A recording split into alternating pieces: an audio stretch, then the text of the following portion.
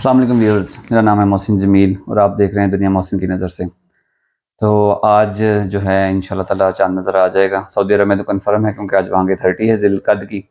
और पाकिस्तान में चांसेस हैं क्योंकि चाँद की उम्र इतनी है कि नज़र आ सकता है। शाम को 8 बजे तक का टाइम है, सूरज सनसेट के बाद भी 1 घंटा है।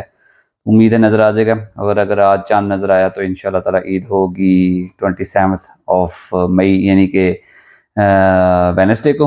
और अगर नहीं आज नज़र आता है, हिलाल रोयत हिलाल कमेटी का जो इजलास है वो ये फैसला करते हैं चाँद नज़र नहीं है ड्यू टू एनी रीज़न के बादल हो गए हैं या मतलब बरूद है या जो भी है, तो फिर थर्सडे को ईद होगी।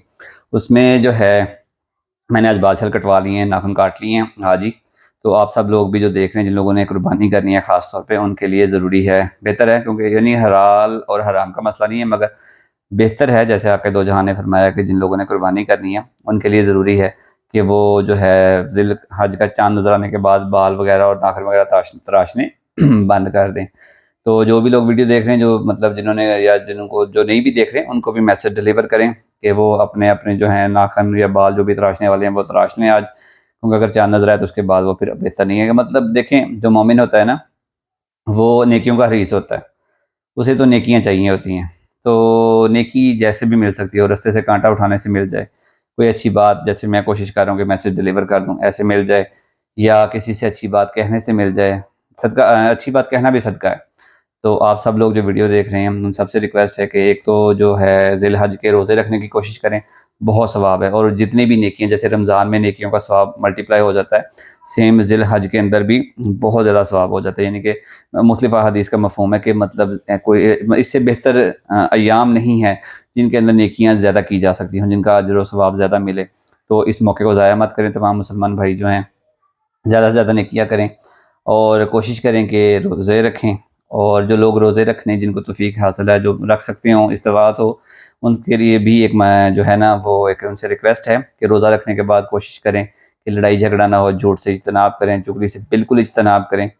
और आजकल हमारे माशरे में ये वैसे ही ज़हर फैल गया कि दो लोग जब फ़ोन पे पैकेज पे करवा लेते हैं और जब फ़ोन स्टार्ट हो जाता है तो फिर हम किसी ना किसी को डिस्कस करते हैं। तो it's a better thing to avoid to discussing other people. लोगों को डिस्कस करना फ़ोन पे बंद करें, आपस की बात करें, अच्छी बात करें, अच्छा पैगाम दें।